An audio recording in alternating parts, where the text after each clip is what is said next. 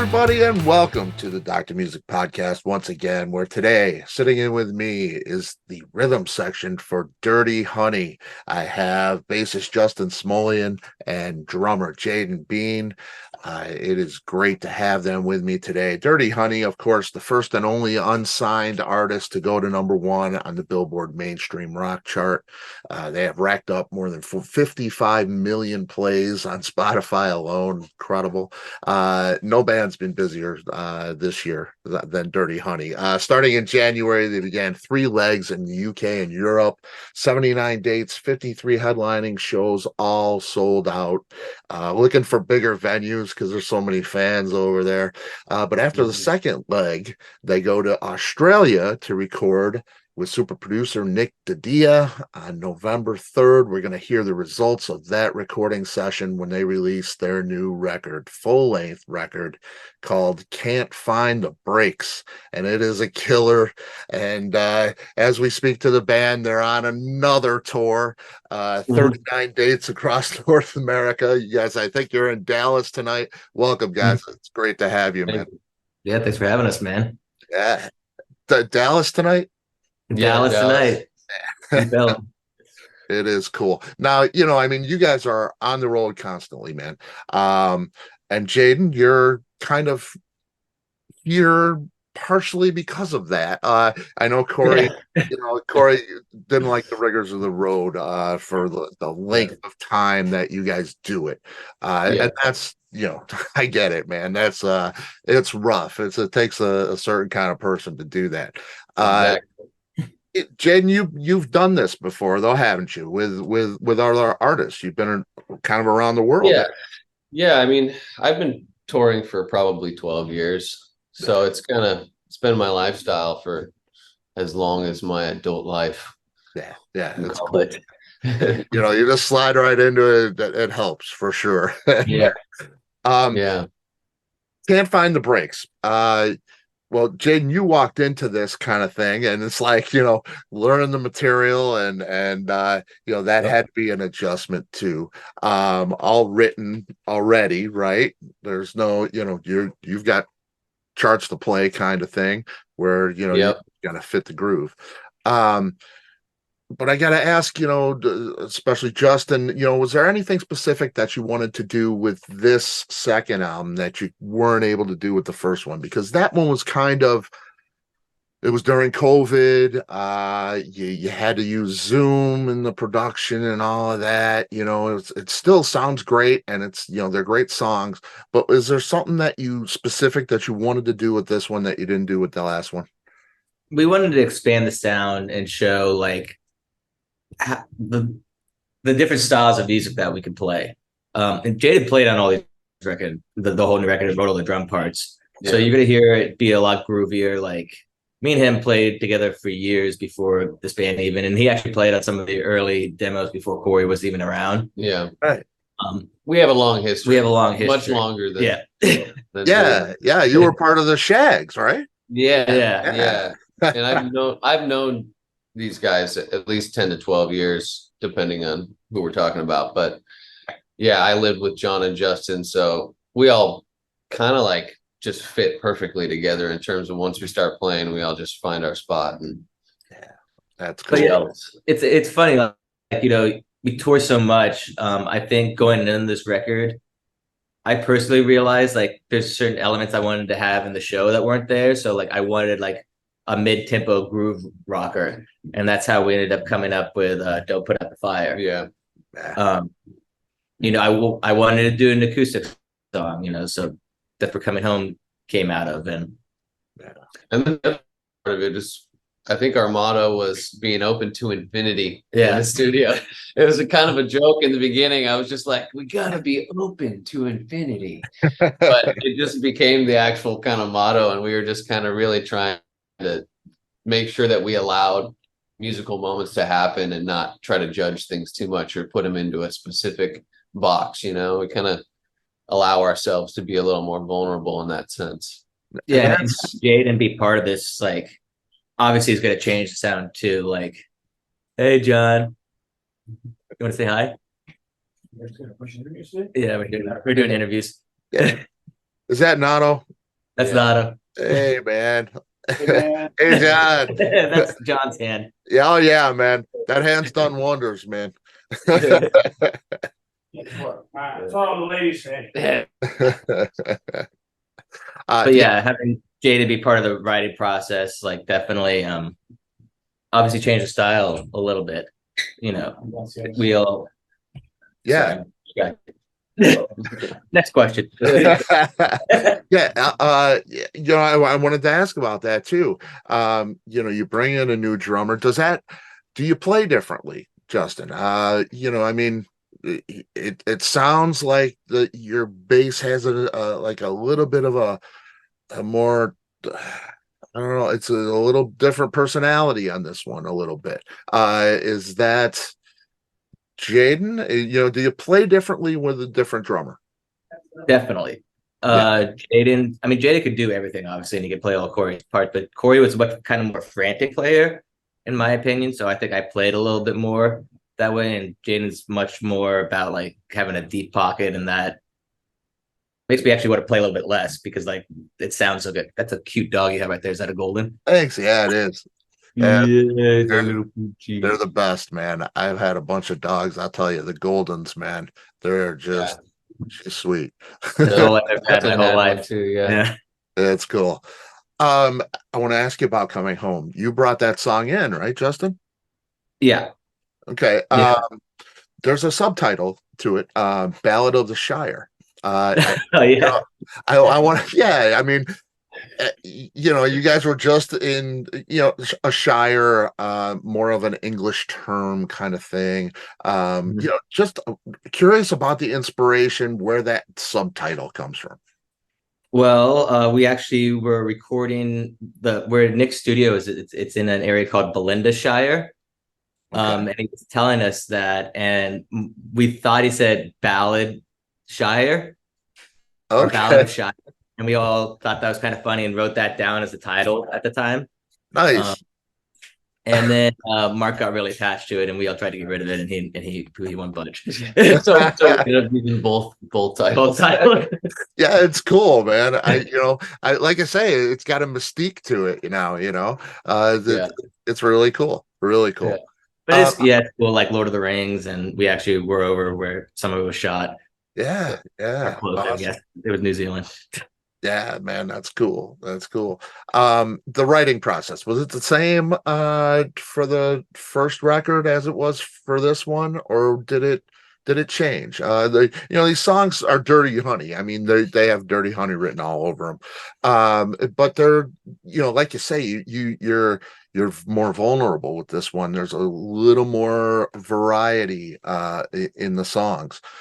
Was it written any different? The process, actual, who's coming in with stuff and how you're working it all out? I mean, it's different and similar. I mean, yeah, everybody's bringing in different ideas, but I think the biggest difference is that we had a lot more time on this record. Like, we spent 3 weeks at John's studio before going to Australia, like workshopping a lot of these ideas. And then we had a lot more time in the studio. The last 2 records felt very rushed, and we had almost a month at Nick. So this time we had the ability to record a song and a week later listen back to it and be like, oh, it needs shaker, or it needs another guitar part, or another vocal harmony, or something like that. Yeah, so, definitely gave us time to listen back and decide what we really liked, because we actually tracked probably 19 to 20 songs and then chopped it down to 11. Yeah. Man, so there's another album out there. There's some songs. Maybe if we don't listen to them for a year, we'll like them more. But that's a pretty good start, to work on a few things for sure. The new single is Coming Home, which is, I love that. I love that choice to release a song like that. It's a little different for Dirty Honey, showing that different side. How do those choices come about for you guys? Is it management? Is it a group session that you decide these things? Is it one guy? How does it come about where you make the choice to release as a single? It's pretty much our manager. Okay. Well, you gotta help him. I know that. obviously he has an influence, but Coming Home's also just a great song. Yeah. Listen to it, like the timing for the winter and like holidays and things like that was a point for management. But in my opinion, like you want to push songs that are just great songs that can connect to a vaster audience that also shows some vulnerability. And being in the rock world, it's like you don't want to be vulnerable. You want to, it's just like Yeah, and I think like it's kind of nice to show some sides of the human nature that are a little more vulnerable, yeah, and putting this out before the record, I think it was also like we wanted to let people know that there are going to be multiple sides to us on this record. It's not going to just be hard rock after hard rock, or like we've got a lot more to offer. Yeah. Yeah. And I love the little bit of well, it's a lot actually, the funk influence, man. It is a funky record, man. It's cool. Yeah. That bass is all of our influences coming out together. Yeah, I mean, honestly, one of my favorite moments on the record is the very ending, the jam at the end, because you can really hear, especially the three of us, just like that's one take, and that's really just us jamming. and that's, I think the one take is the beauty of it. You don't want the perfection and that gloss to it. It's just raw, man. It's in the moment. It's lightning in a bottle. That's what you guys are about. For me as a fan, I listen to it and I get that early Aerosmith kind of raw. It's not perfect, and I like it that way. I don't want it glossed over, So yeah, I love that, man. I love that. No, that's like the beauty of the human spirit is like the imperfections, and I think music the same way for me at least. Like I don't like anything that's too perfect. I want to hear the human part of it. Yeah, totally. We kind of thrive in that situation. Yeah. We don't like 90% of the songs. We didn't use any click tracks in the studio. It's just, we kind of all hang out. That's great. And I feel that there's an energy to that you don't get otherwise. It's a really, and for me, that's Dirty Honey. I mean, for sure. It's about that raw energy, man. It's just great. Even on a ballad, there's a rawness, an energy to it. It's just the way you guys play together. It's the chemistry. Yeah.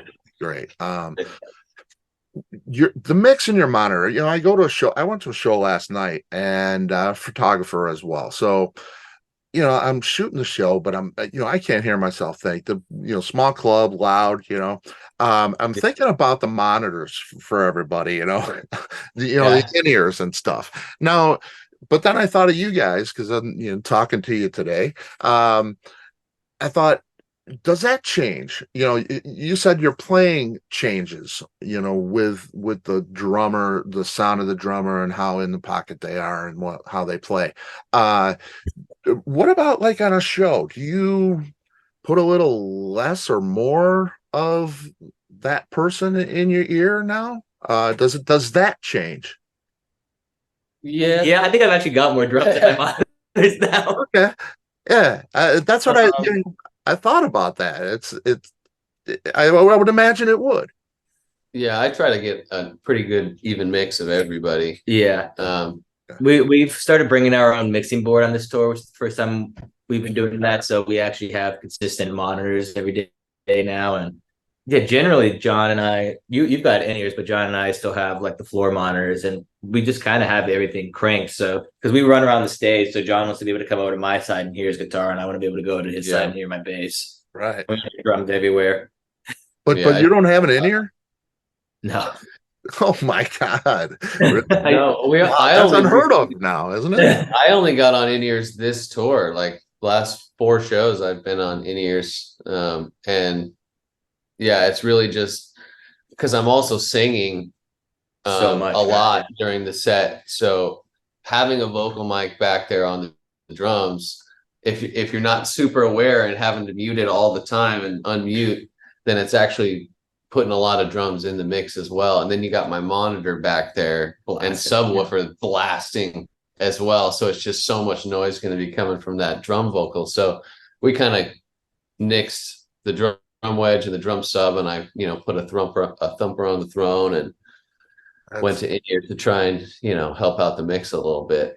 That's great, man. Again, raw, it's it's the way it is. I mean, it changes the way you sound for sure when you do those things. Coming into the band, Jaydon, did you any reservations? What's been the most difficult part of it? Because you was thrown into the fire, man. I mean, January and never go home again. You know what I mean? So, I think that once the moment was there, we all jumped, especially me. Justin called me. What was it, like 2 days before Christmas or something? I called him like a day before Christmas. Like 10 minutes after Corey sent the email. Yeah, it was very quick. Like, timing was perfect, and I love these guys. They're my bros, and we love playing together. So I think it was just perfect timing, and actually pretty easy to slip into. The hardest part is actually sleeping on the bus. Yeah. But it's like we already lived together, so it wasn't like anything new to learn. Yeah, like and me and him smoke so much weed, so I finally have like a weed buddy. Yeah, we actually we're always like, where are we gonna stash it? We go through the borders. And yeah, no shit. Partner in crime. You got a really diverse musical background, Jaydon. This material, because you played it before, it was almost like you wrote it, I would imagine, coming into it. A real easy slide into fit. Yeah. I mean, the first stuff that I was ever jamming to was Doobie Brothers, Styx, like older rock music, Foreigner, things like that. And so I kind of, already have that vibe in me. And then I also studied jazz and did all the music training that would be necessary to make me a skilled musician. But, in terms of like writing the parts, Corey and I do think very similarly. I've known Corey for a very long time as well. And so he didn't play anything that I necessarily wouldn't have come across in my ideas either,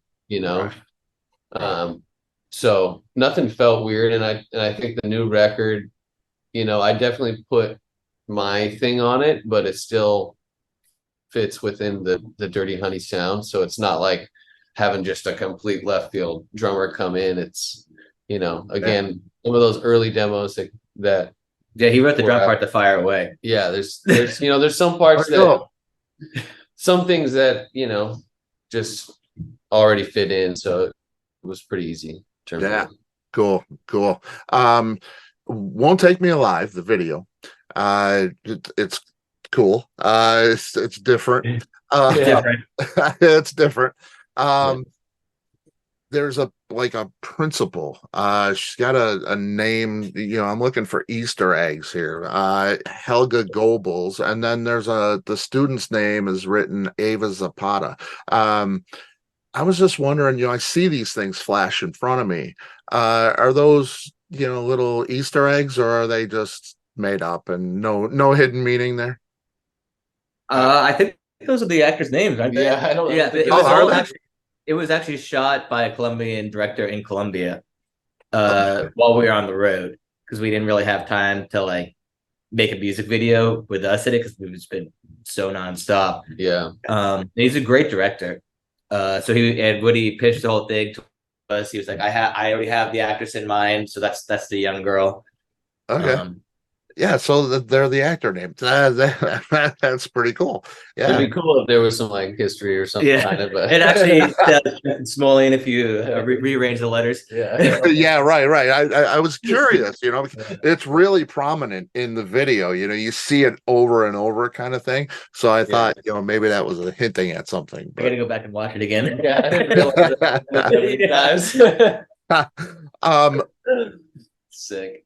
Jaydon, would you be involved in the writing process for the next record? If we're talking about more music, is that something that interests you, or are you a writer? Would you be involved in I mean, I wrote Can't Find the Brakes with the guys, so there we go. That whole record, this new one, is me on the drums and on the writing process, and I arranged all the background vocal harmony parts.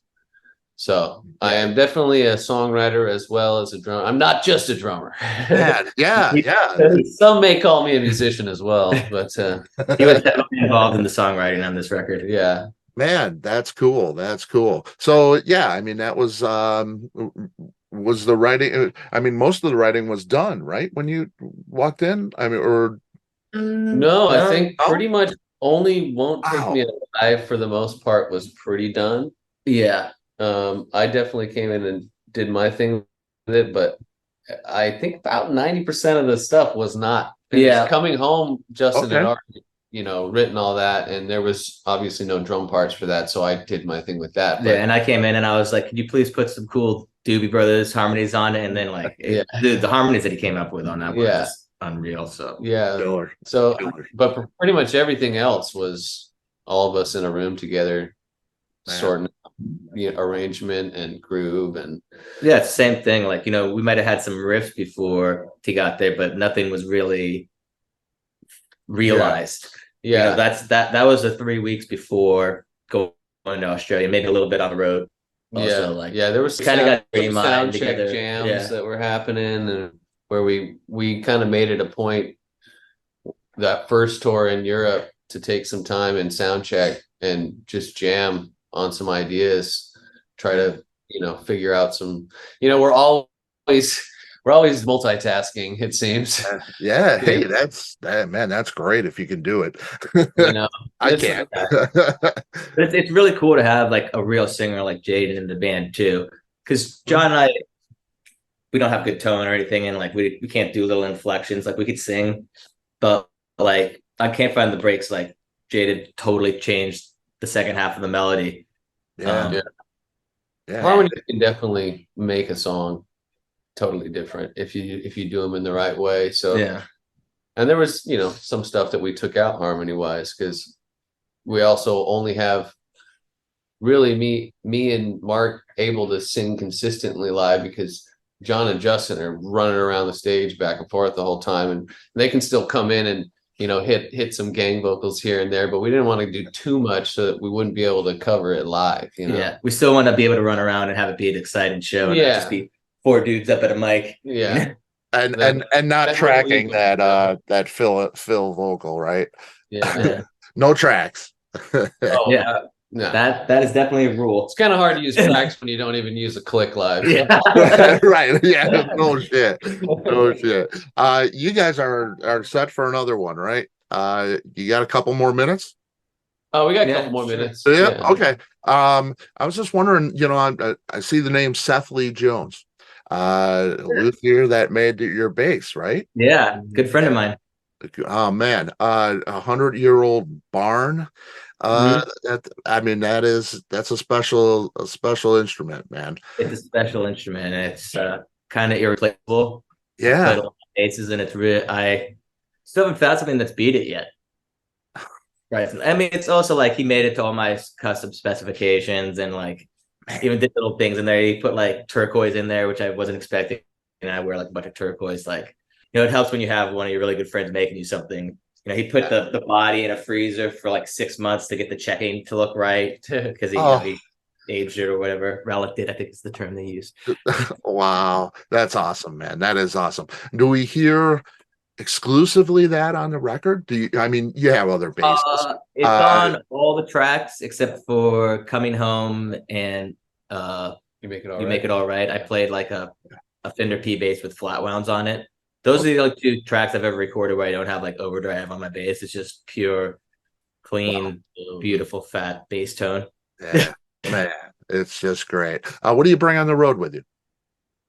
I bring my Seth Lee Jones, and I bring a Gibson non-reverse Thunderbird as my backup, which is pretty rad. Gibson gave it to me, and they didn't make a left-handed one. And I had messaged them, and it's like, that bass is really cool. Do you make it left-handed? And they're like, no, but we'll make you one. And then I broke it actually on stage with the Black Crows. I was running around the stage like an idiot, and I and the cable literally ripped the jack out, like broke the wood. Whoa. Strong cable. Yeah, strong cable. But yeah, That's endorse that cable. yeah. So I messaged them because we were going to be in Nashville like a week later, and they're like, "Oh, we'll make you another one." And I get down to the factory, and they made me a new one. But then they'd also made like a prototype because they were like, before they even made it, they were like, "Well, let's see if we could do this," and they stuck a right-handed neck on it, so the head is actually flipped upside down, like Jimi Hendrix style. Wow. And I was like, I fucking want that. That's So I got cool. that one. So it's really like a one of one. Man, oh man, that's cool. That's cool. I'll let you guys go. I know you got a full day. Do you have something in the works? You're in the middle, you've been doing all this stuff, and you're recording the album, you got the album coming out, you got 39 dates here that you're in the middle of. Is there anything else that is ready to go, set in stone? Any surprises? There's stuff that we cannot announce yet, but next year we'll also be very busy. Yeah. Unbelievable. That is great. And me and Justin and John are always jamming and coming up with random ideas too. So there's probably going to be a constant. There's a wellspring of ideas, so there's constant, definitely flow. another record already in the works, I'm sure. Man. And are you recording any of these dates? Maybe a DVD or a Blu-ray? We have no time, dude. Well, no, you mean like the live show? But yeah. Yeah, we're set up to record every show actually. Oh yeah, we actually are recording every show. But we just, there may be a live album that comes out or some live songs or something. I know we might be filming a couple shows. And yeah, I'd love to, vicariously through a Blu-ray, go over to the UK and see something. Or that'd be pretty cool. Where all right, man. It's New York, right? Is that? No, I'm in Chicago. Oh, you're Chicago. in Chicago. Yes. And are we going to be in Chicago? Yeah, you coming to the Chicago gig? yeah, man. All right. Yeah. Good. It's anywhere close. I'll be there for sure, man. Yeah. I look forward to seeing you guys. Tour dates, t-shirts, all the things, Dirty Honey. Go to dirtyhoney.com. All the links to the socials are there. Justin, Jaydon, it's been a pleasure, man. It's a slice hanging with you, man. Oh yeah, man. Thank you for having us. Thanks for having us, dude. Let's see you in Chicago. Yeah. All right. Have a good one, guys. Thanks, brother. All right. Bye-bye.